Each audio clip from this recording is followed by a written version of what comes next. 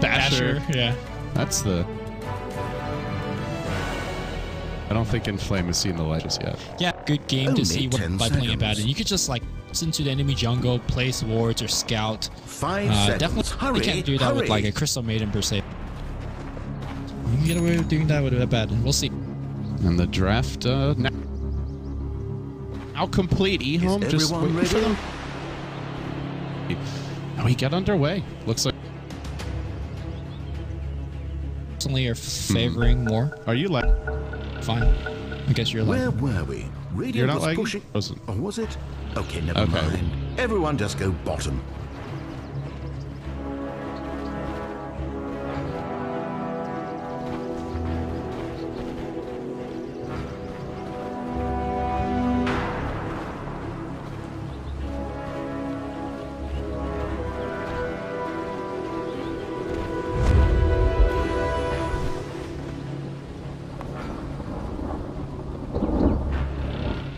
Perfect Row has been fine, at least downstairs when...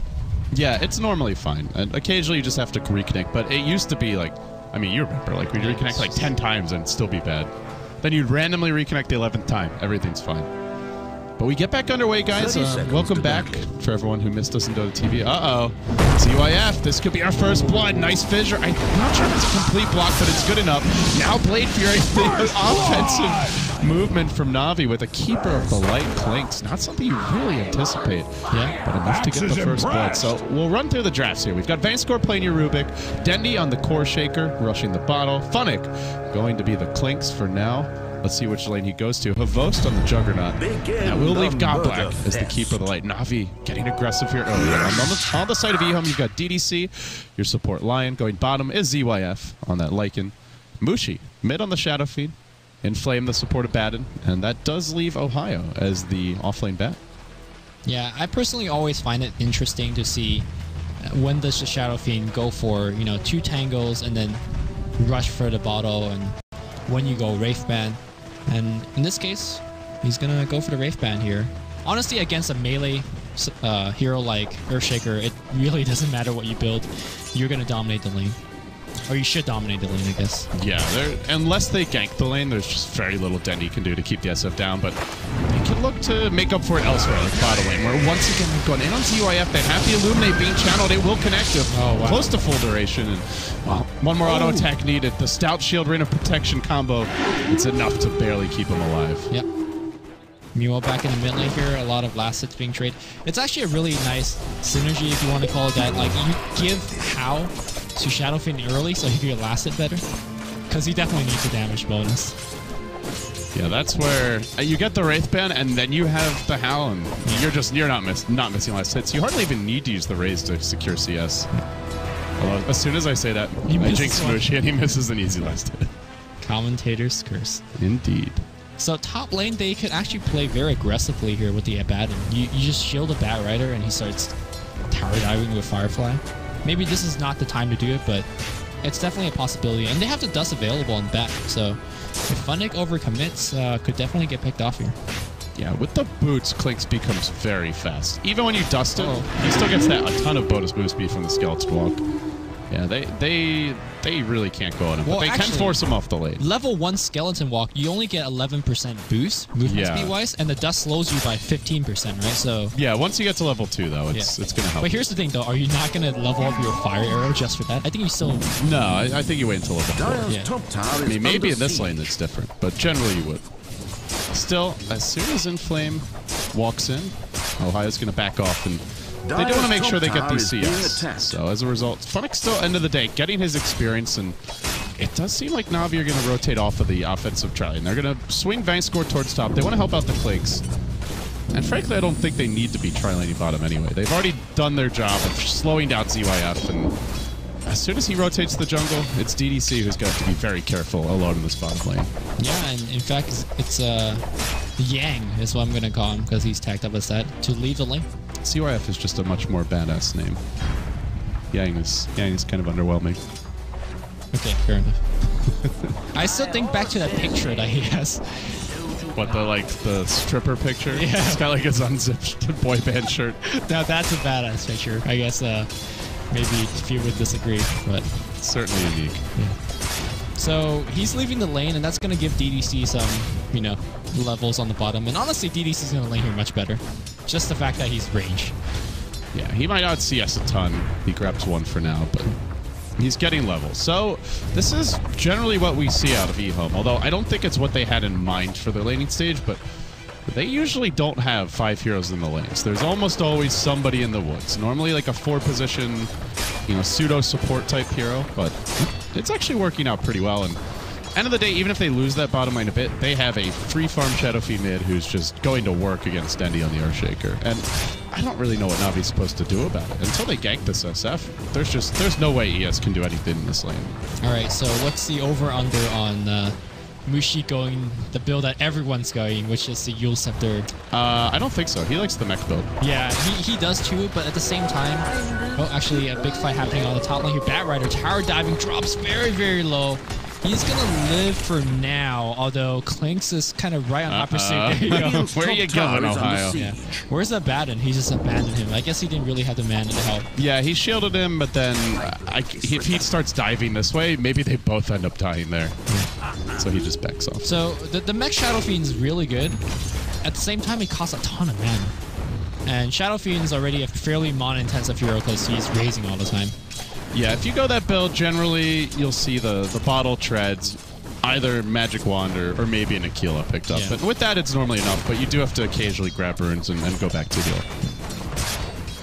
We'll see. It's more of like a team fight oriented build, whereas the Yules is more about like making those individual plays. Bottom lane, DDC, they got the lift on him now. The spin to win. Oh yeah. And Havost is your winner. Yeah, he didn't even have base speed, just a simple lift, enough to set up the kill. But just back to the mech build on Shadowfiend real fast. You generally combine it, like you said, with the Ring of Aquila, with a Helmet Dominator, a fairly early rushed Butterfly, and all of that gives you a ton of armor, right? Against Klings, Juggernaut, the Earthshaker, that's all you want. As much armor as you want to pick up. Well, this is definitely a departure for Mushi. He's going to grab a Wraith Band, and it's not something he normally goes for. It seems like the Bracer and the Wraith Band, it's popular with a lot of Shadowfiend players nowadays. Just want to get a ton of stats.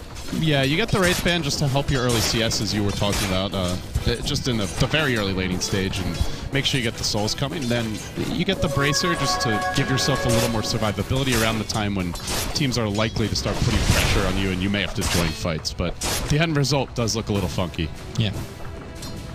You just think, is he gonna get? Where's the no tally, dude? You know, when I first started playing Dota long ago, and they added items like drums, as well as no, there was a Dagon originally, right? That used a no talisman, and then they added the drums and the Aquila. I was like, all right, the trifecta is completed. But where's the combination of all three?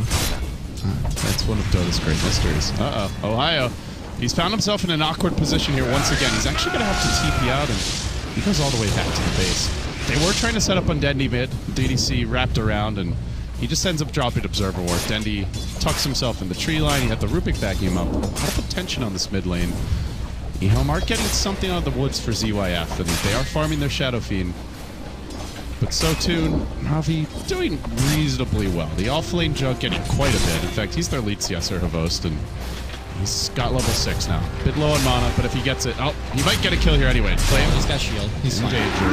Blade Fury, though. He can just run him down. He's actually running fairly quickly here. He could also deny himself, but he doesn't get something to cast on. Oh, actually getting blocked in by the Wolves. What a micro by Yang. It's ZYF, and he's still getting it. The Fates was trying to go throughout, but he should have just Blade Fury sooner. Yeah, he's going to shield, but he's leveling up Blade Fury. Level 2 Blade Fury is enough to break the shield and kill him. Yeah, definitely. I think Havost thought he could get the kill without having to use it, and was trying to conserve his mana. And then he got greedy afterwards by diving. Yeah, well, not worth.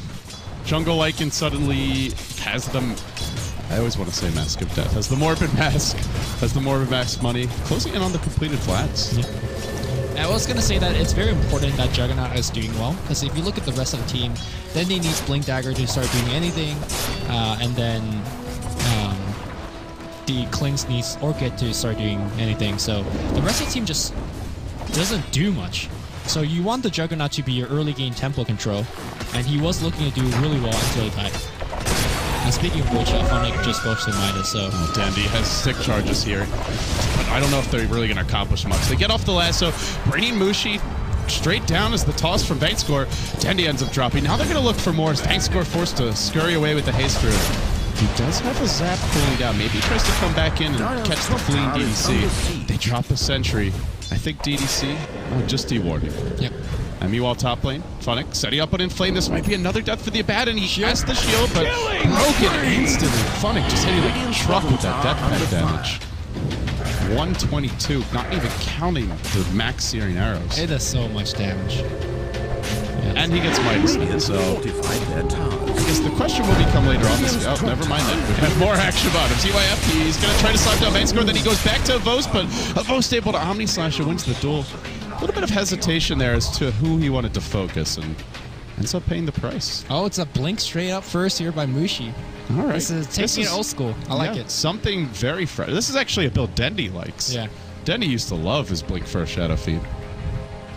I mean, normally when you get the blink first, the benefit is you could avoid a ton of ganks as well. Like, for example, Venge is a classical stun that you could dodge with just a blink dagger, but this game you can't dodge anything. So he's purely using it as an offensive tool. It is a good split push item. Lets you play a bit more aggressively and potentially live to tell the tale, but split pushing is also dangerous this game against the Clinks, so I don't know how much we'll see out of that from Dendy. It's actually a great Yules game if you wanted to go that route, because of that Orchid. Like, you get the blink first, maybe he does go back for the Yules anyway. Yeah. I mean, it's good against Juggernaut as well. Yeah, really good against Omni Slash. Man, Yules is just a good item. It's a little too... it feels like it's the new Force Staff, actually. As you're having some perfect world issues, I see. Yeah. So I'm going to just look over to your screen. It's fine. You can reconnect if you want. Nah, it's fine. Too lazy to... We'll share. We Davids. We know how to share. So we're getting chased a bit here. Inflame can throw a shield out and maybe just run him down with the Wolves. He's going to nuke him. I'm surprised he just didn't throw the shield on the Wolf. I know, that's what I was expecting. Yeah. But the cast range is really, really terrible. Yeah. I guess it's just not going to be enough damage there. He throws it out, but they can't get the kill. So, for looking at EHOME right now, game plan, it's all about the Ohio Blink. They... once again are running a draft where their other cores are basically just farmers. And DDC is nowhere near Blink of his own. So then the question becomes, what can Ohio do once he gets the Blink? Will he find the openings? Yeah. And honestly, going back that game where he was dropping a lot of the initiation during the mid game, he found them early. Like when it came to ganks, Ohio was always there with the lasso. So I would expect him to be the same. I just find EHOME having very weird farming patterns. You know how you said that one person always goes in the jungle and the support goes in lane?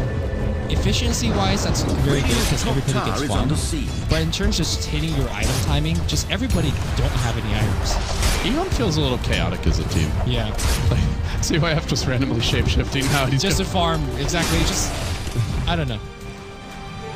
They're a very random team, which I think can be very difficult for opponents to play against.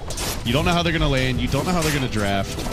Even if they pick the same thing, they might run it differently, but at the same time, it does mean they're often a bit less crisp and polished. Yeah. I think more crisp. Less crisp is generally. Oh, blink forward here by... Is Mushi going to style on Bankscore? Not when the blinding light's available. Suddenly 3 top. Yep. But they can't go on the Shadow Feed. Meanwhile, Ohio, he blinks in. He's got the lasso online. I think he's dead. Blink is already used. Can he turn around for Fissure? Echo's going to come down here. He could not have turned around the Fissure because sticky Napalm made this turn away so poorly. But here comes the Omni Slash, not really doing too much. In fact, the Wolf taking a little bit. Earthshaker drops here. Ace also, he's just still right looking away, but Inflame's got the ultimate. He's turning it on. He's trying to deal as much damage to himself as possible. Phonic is going to get a pick-off kill against the Lion. Looks like he's going to lose both support as a result. For a Dendy kill. Not too sure what that's for. Man, Vos is just like, I got you, man! Super Saiyan mode. Just the Omni Slash, he straight into 3 heroes. That did basically nothing, Dire's but... bottom tower under fire. Dendy echoing at first, it looked like he was just going to echo and die anyway, but it does buy him like that half second just for his team to get a bit closer, and Sure. Dire's ultimately, bottom 2 tower for is 1, being not too attacked. bad, but it is a core shaker for 2 supports. And they probably, well, they don't quite lose the tower bottom, they're very close to losing it. I think once Shaker gets the blink, though, you don't. His farm is not too important. Obviously, you still want your treads and heart, BKB, whatever item you're going for, but blink is kind of the most important item. BKB Mushi is the choice. This is like the original Shadow thing. Blink BKB every game. Yeah, You blink but that it was all- BKB was a lot stronger back Dire's then. middle Sure, tower yeah. taking It's been damage. nerfed quite a bit. And To be fair, Requiem now got buffed compared to the old Requiem. right. But why this over the Yule's? Omni Dire's Slash is still going middle to go tower through is it. being attacked. In fact, the Yule's is more helpful against Omni Slash. Yeah. Well, the thing is, Using up your charges now really hurts you later on. if you're using the Yules Dire's offensively, middle then tower you're not taking using it damage. defensively, right? Which is the reason that we think it's good. Well, but I think it's useful in both cases. You can't use it for both at once. BKB doesn't like both. Initiating right now, Pulse is fine because he's playing for Black Knight. That Fissure is absolutely excellent. If Joe does hit though, they're going to lose a Dire's Rubik middle as a tower is result. being I think attacked. they could siege here too, right? Wolf, Radiant's top Shapeshift. tower is under No, they'll siege. back off. It's down soon. But they're just doing a nice job of starting to pick Navi apart now. Pressuring this middle tower mid. tower is She can get the last hit. That's the Dire's tower middle top tower has and mid. fallen. He's claimed both of them by himself. And from it, That's where the blink really allows. goes for the early Deso. He's not going Orchid. And this is terrifying on This Clays. build does so much damage. These tier 1s are all dead. Like, it doesn't matter how badly this game goes for Navi. Funnick will take all 3 tier 1s probably within the next 4 to 5 minutes. I mean, And that's not even counting the hero killing potential. that's definitely true, but I was thinking more of the hero killing potential. How much is he hitting? So he's got 100. Okay, he's got 200 now. The flaming arrow does how much? It's another 50 or 60. All right, now with minus armor on top of that, he's hitting, I want to say 250 to 300 damage per pop.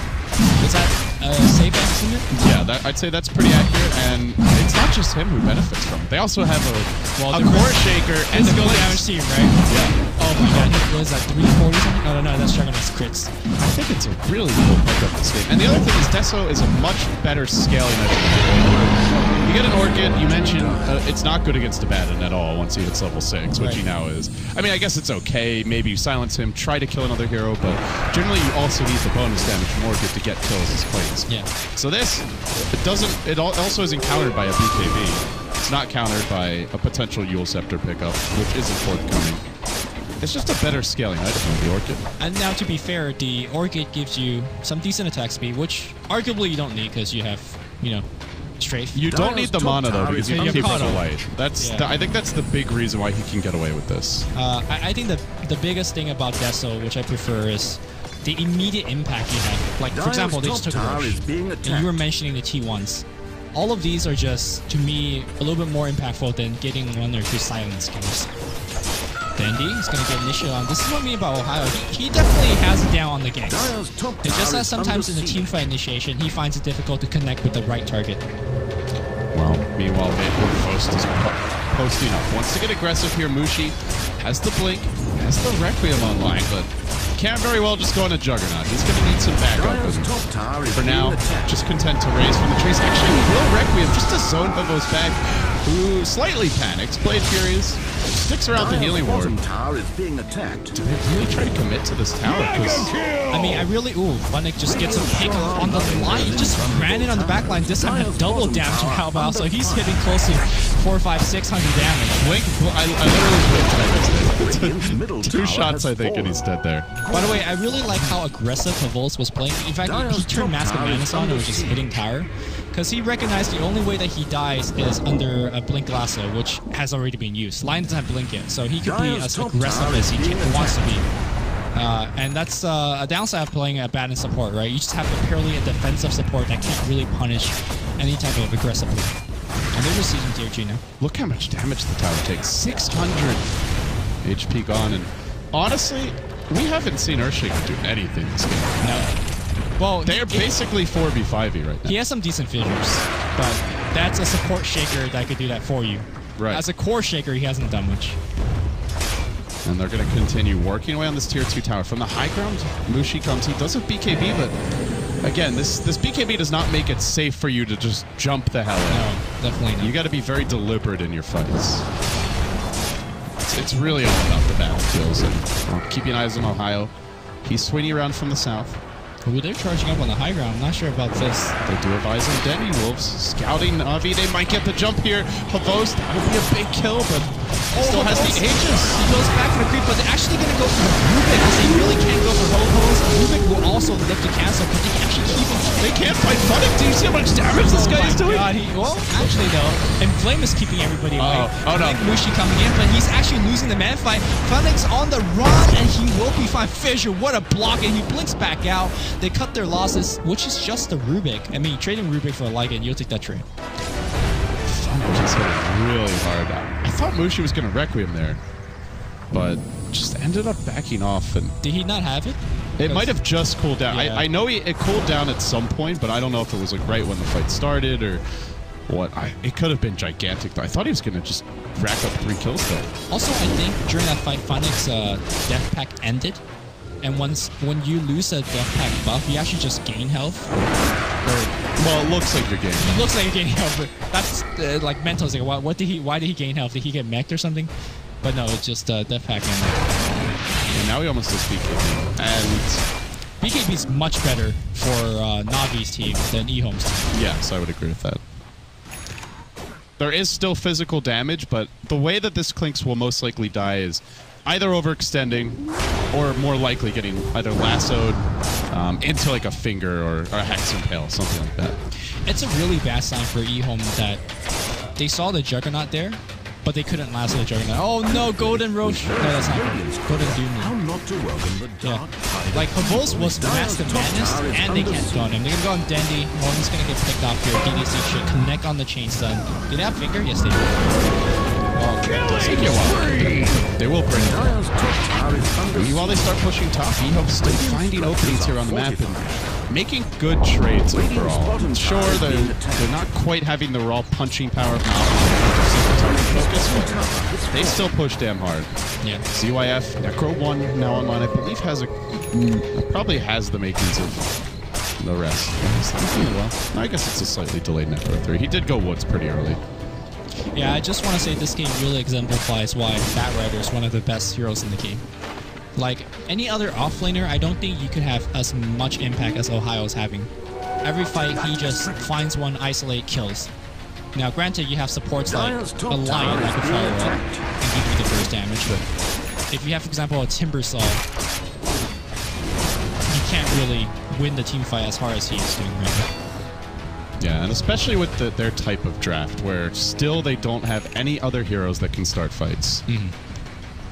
Flying's getting close to his plan. Funnick is dangerously close to running into ZYF here. He's not going that direction, though. It looks like ZYF will dodge the bullet. I think we're on a very thin line in terms of when EHOME should start man-fighting this Navi team.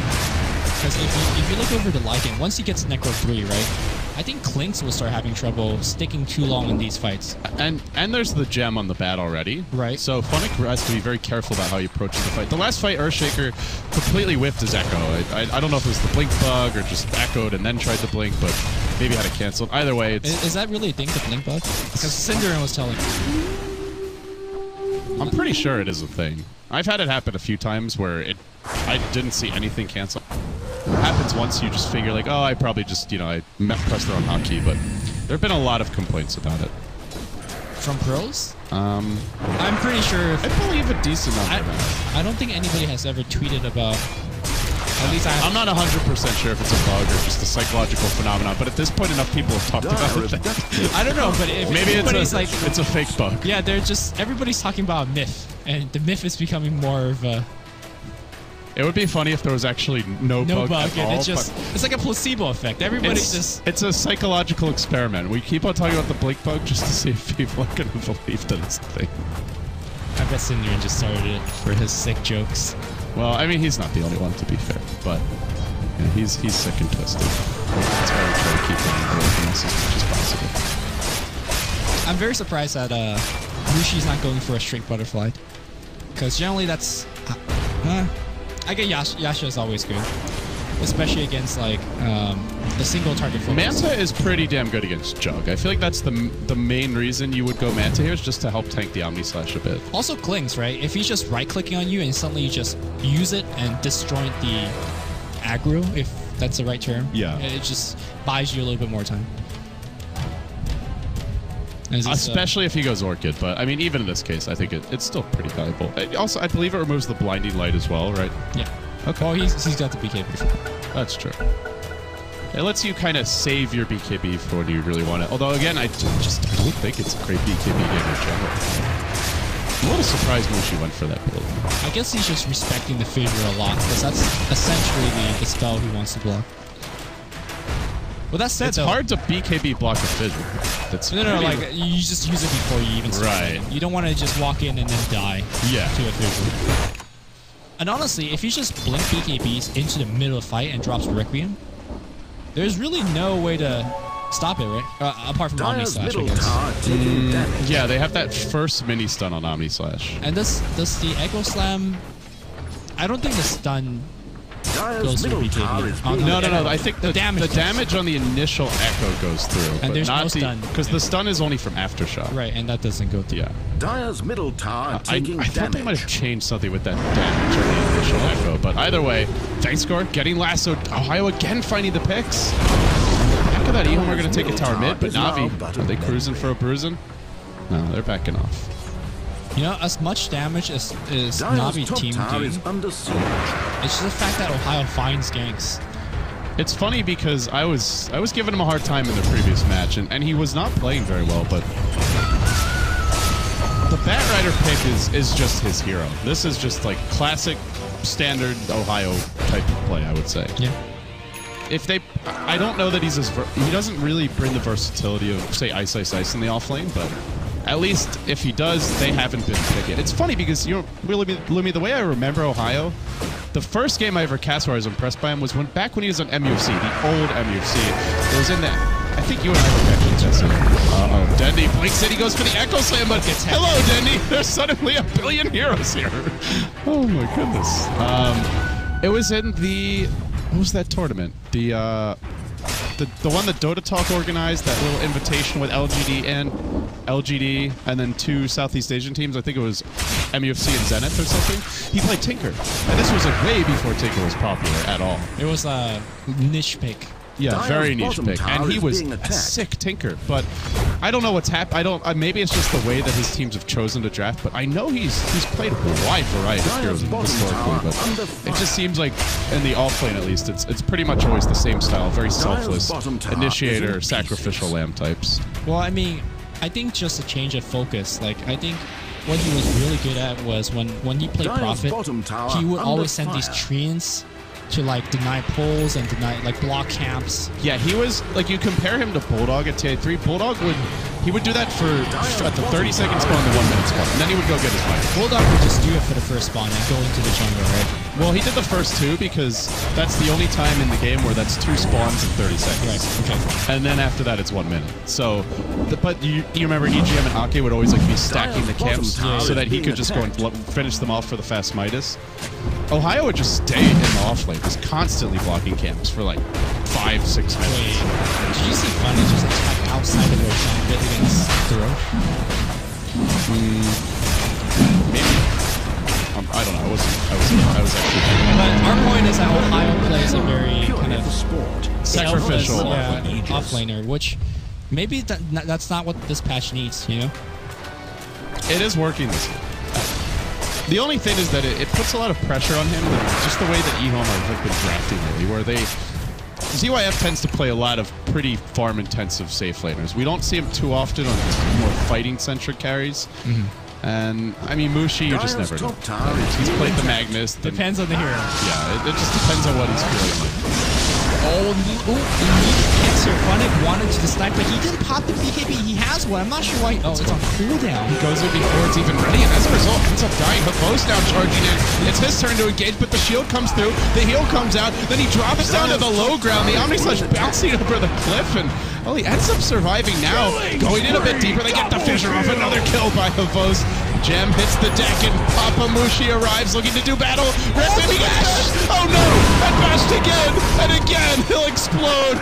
But Havos may fall anyway. ZYF kills him once. I think that's it. The more important thing is that the gem was kind of passed around like a hot potato. Finally, Navi and ZYF grabbed it on the drive. Ran away. Nice. That's a huge play by What a player. Yeah. I mean, I saw the gem drop a bit earlier, but I'm like, oh man, fight.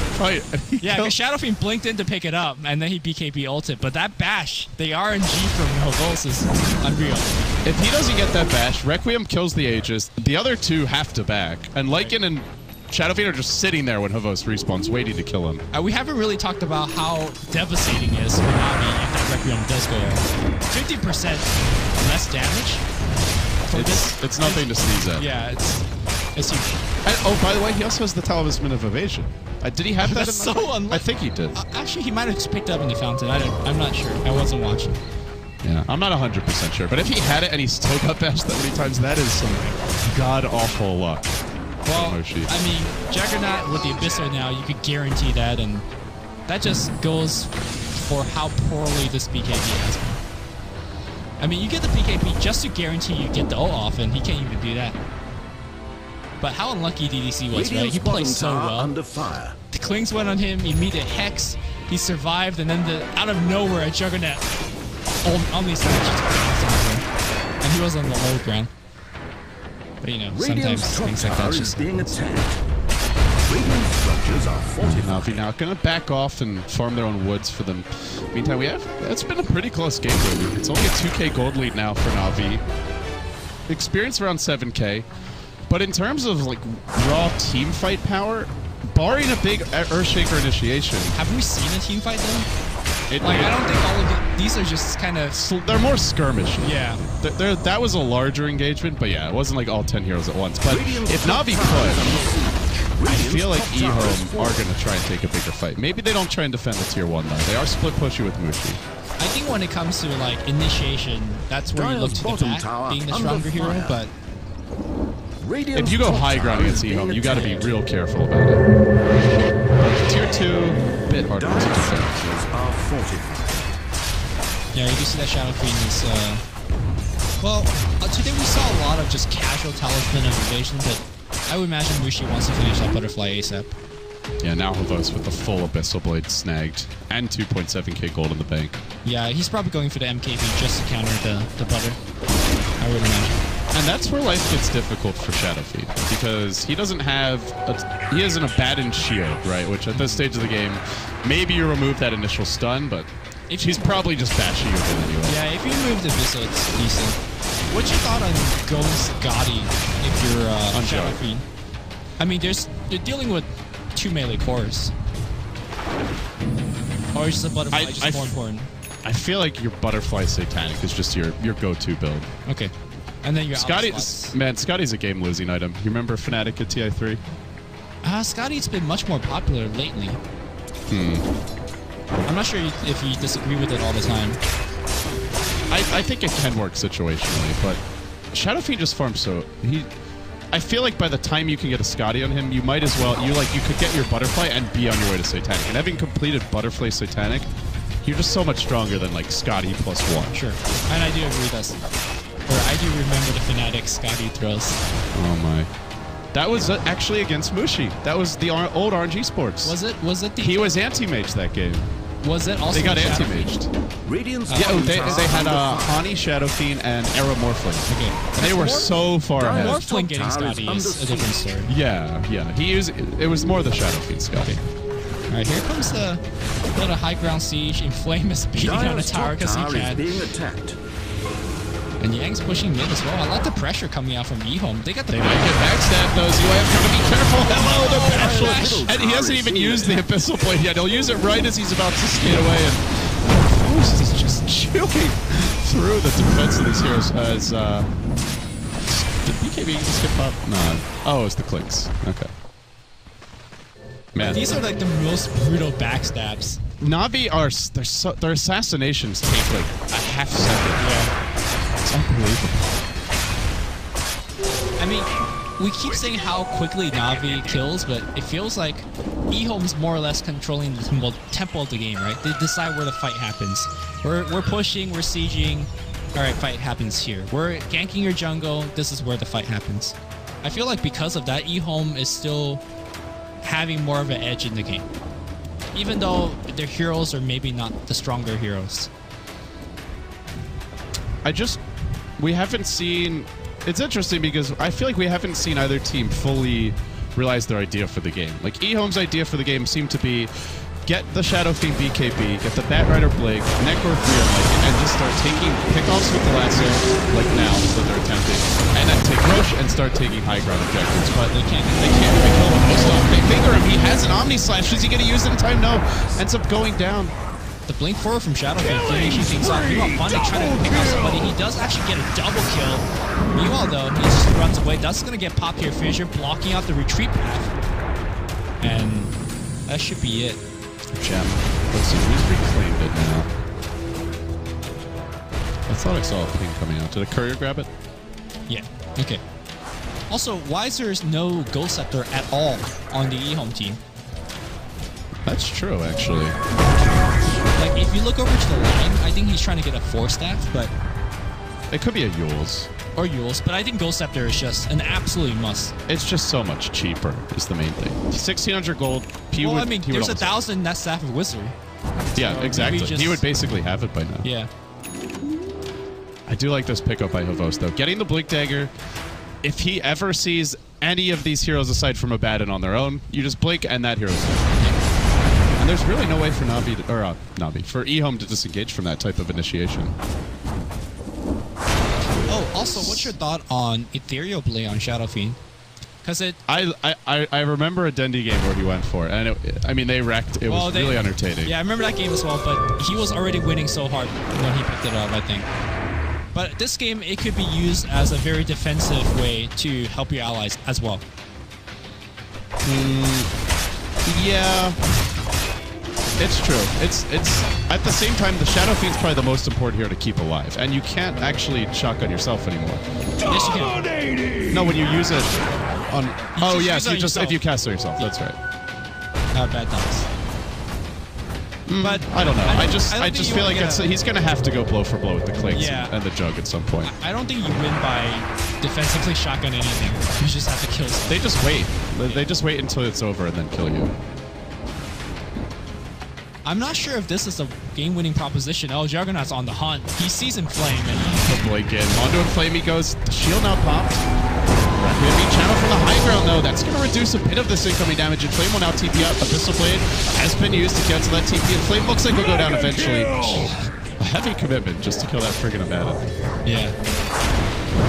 I'm not sure if all the split pushing is really going to win EHOME the game.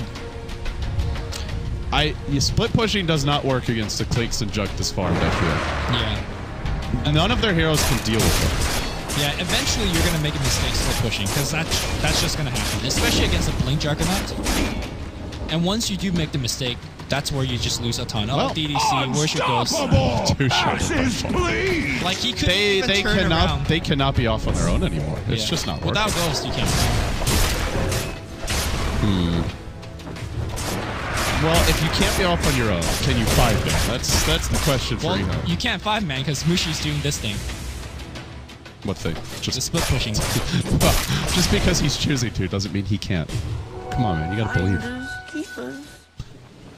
I think the issue for them is if they 5-man, they push into Illuminate, they push into Echo Slam, and we have not seen a single good Echo Slam from Dendi. And still Navi are leading out by 8k gold, 14k experience. So if you can't 5-man and you can't really split push, then what do you do? I feel like I think where EHOME can turn this game is when if Navi try to breach the base, and then they get that big Ohio lasso, like we saw in their previous match. Yeah, I mean, there's always a possibility of like Navi making a mistake. For example, when Funnick goes to go for like a Sono snipe, he gets picked off by a gem or a sentry, and he doesn't have a buyback. That's definitely a window of opening. And I'm not sure how closely he's keeping him back. He's got 3k gold right now. I imagine he's going to finish a data list very soon. This is the item, Lumi. Yeah. The Lincolns. It's great, because the only way you're going to get killed is either through a lasso or a hex. Yeah, and there's no way you're going to get to use both before Klink's BKBs unless Funny just falls asleep at the wheel. Right. Yeah, and when you BKB and you have Lincoln's back up, you are just unkillable. Funny now. Gonna work on the rush, and it drops very quickly. Lavos now up to 4k gold. If he wants the MKB, he's nearing it. Give the Aegis to Lavos. Still have 10 deep linked in to grab the cheese. I thought he was going to steal the Aegis or something. And to me, it doesn't surprise me how close this game is. I mean, sure, it's Navi that's just the Roche and the cheese, and they're leading by 8 kills, but you don't think EHOME's out of this completely yet, right? Like, I feel like this game is still winnable on both teams, although Navi's definitely edged. Yeah, I would agree. I think both teams have really strong late game, good initiation, good team fight. Some heroes who fall off a bit, like a Baden, isn't particularly useful at this point. Yeah, Baden is just... Keeper of the Light can be very useful, but also can be useless in team fights, potentially. It just depends on how they develop. I think Keeper of Light is actually one of the most important hero for Navi now, because it allows your 3 cores to go through 6 slots without carrying TP. That's true. The fact that you're trying to deal with the split pushing SF, and you don't have to, like, look at Klinks. He doesn't have TP. I don't think Juggernaut has a TP. Well, now he does get TP, but previously, yeah. So Keeper is actually really powerful as a late game support. Yeah, of course, when it comes to the clashes, he's total food if he gets caught out, and potentially dies before he can even recall anyone into the fight. He's just at blinding light for the fight, and that could be good or bad depending on BKBs and things like that. Yeah. Well, Mushi going to continue to push out this bottom lane. They are getting congregating towards his side of the map because Dire Team has good vision here. Ohio going to be forced back. Inflame, he's getting scouted out now, and Funix on the move. These aggressive wards. They end up netting them another kill. But in the meantime, the siege continues. It's not easy for EHOME to get any kind of split push going, but they are finding ways to do it. Throwing in the Necro Book. It's now rotating back towards mid, and they're even drawing in their own jungle. They definitely know what Navi are up to. Well, Fan Score hitting the ward is definitely going to be a part of that. Under fire. I'm going to just wait till EHOME to pick up the Ghost Scepter and wonder how long that's going to take. Because, for example, Batrider right now, he's trying to go plate mail and armor up. But Lavos Blade Dexter recalling him, but he's going to get fingered and focused. The Raze is coming out. They get the kill, popping the Aegis. But now they need to run. Fissure? Well, that's an acceptable loss. Rubik even steals a finger, though. That could be big. What is it? A level 2 finger. Well, let's see. Aegis had about 2.5 minutes. That's a pretty big kill. But I don't know if Navi would have done anything. I'm not sure they were planning on trying to break the base with that Aegis. I feel like they may want to wait one more. Although, if they do get a pick for free, they can just push with Aegis. But I don't think they're trying to break high ground. Although I don't think this game is going any better for EHOME the longer and longer it goes. Because like you said, Abaddon just becomes useless. Batrider essentially, like he's not getting a Hex. Shadow Fiend just can't go man mode against Abyssal Blade Juggernaut. No. He will get focused and die, and they can't really bail him out. But I think where EHOME can win fights is if they just cleanly jump someone with the bat. Alright, here we go. They're gonna try. Okay, they're just way too fast off me. Yeah, I'm also really worried about the Shadow Fiend, because once that BKB ends, Heaven's Halberd is available. And when Shadow Fiend's not dishing out damage, then you really just lose the fight. He just needs... I don't know. At this point... He needs like 3 more items. Yeah, he needs Satanic, I guess upgraded boots. Maybe you have to go bootsless at some point and, I don't know, get a dataless or It's just taking up a slot, you know? It helps you a little bit split pushing. Then you can blink into the trees and TP out, but in terms of combat, yeah, it doesn't do anything for him. Tough game. Yeah, like you said, EHOME, even when they win, it's not pretty. So have they had a clean win? Like the funny thing, Lumi, is in the qualifiers for Asia. Granted, it was not quite a stiff competition as the main group stage, but the qualifiers they were just having an easy go. They were rolling people over very early lane stage, swagging on people, picking totally off the wall stuff. Like Jungle Ursa, Bloodseeker. Radiant's bottom tower. Well, Radiant's bottom tower it is the Asian qualifier, right? Wait, But I feel like the qualifier or the Asian qualifier? Well, it was combined China, Asia. I mean, It was more just the style. Like, this style from EHOME has just not been what they were exhibiting up to that point. It's a lot more farm intensive, a lot more passive. They were very aggressive, and I honestly feel like that's where they excel. So it's a little surprising to me to see this type of draft do that. yeah, I guess that's why you weren't expecting the abandoned support at all, right? Just in terms of the play style. Right. Like a hero like ZYF Lycan's another good example. I see him more as like the type of player that excels in like a Juggernaut, a Slark, something that can fight a lot more. I guess Lycan could fight, it's just he's not really fighting. It seems like the Lycans that do best play a lot more like Arteezy. Yeah. Very farm prioritized, always making sure to take objectives, limiting the deaths, snowballing through objectives rather than hero kills. Well, now with double MKB, Shadow Fiend's made of paper. He is... But he can flood it, so it's okay. Well, okay, you could run away. He's fast paper. Like a leaf in the wind, Lumi. He's a leaf in the wind.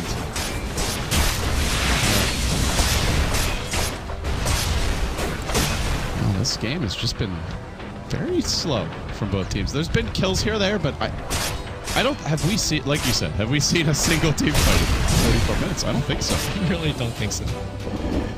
The thing is, the difference between this game and like EHOME versus Hellraiser from earlier is that EHOME was dragging the game out for something, right? Which was a very, very farm Dusa. I don't know what EHOME's dragging out the game for. What is their end game? It's just the Ohio Lasso. That's it. I mean, I don't know. What else would it be? Lycan can get stronger. Is this the argument of, hey guys, they're 6-slotted, that means we have more room to grow and they don't? Yeah, I don't know about that. That argument only holds water if you have like clearly better late game, which and now not clear at all. Navi is actually 6-slotted on 2 heroes now. Funnick is just missing the Brutes upgrade. Could buy his BOTs, but yeah, we'll save for buy. You have Kato, you know. Yeah, or you can go bootsless. But you move a lot faster in Skeleton Walk with just that basic pair of boots. I'll take that as tribute. Ohio looking to spring a trap here on Godlike, perhaps. Does he go for even a solo kill? No, it's not worth the lasso, actually. He's going to plop a ward. Maybe they push and lassos go down. This is like classic Jimmy, exhibited by Mushi up top. Just doing the jungle things. I don't know. I'm not sure if that's a smile. You gotta turn that upside down. Like, he doesn't want to be doing this. There you go. This is like, why am I still in this game? It's hard to win. This is the eternal envy rage quit of his pubs. Yeah. Navi is just in full control. You're not even going to try to defend him. Yeah. Hey, man. The sooner you lose that game, the sooner you can gain the MMR back in the next 2. Or 10, as the case may be. But yeah, EHOME have just lost... They've lost momentum. They still farm a bit in their own woods. They're not... Considering that they're down 9 kills and it feels like they're the ones who are... When's the last time we've seen an EHOME kill? It's been... Wow, look at that graph. It's been 26 minutes. They haven't got a kill in 20 minutes. So yeah, it feels awful, right? But it's 12k gold. It could be worse. They killed the Aegis once. I guess that's not on the graph. And that Aegis kills was big on Juggernaut. Yeah, but then they didn't do anything with it. They couldn't do anything. All right, Ohio, it's up to you again.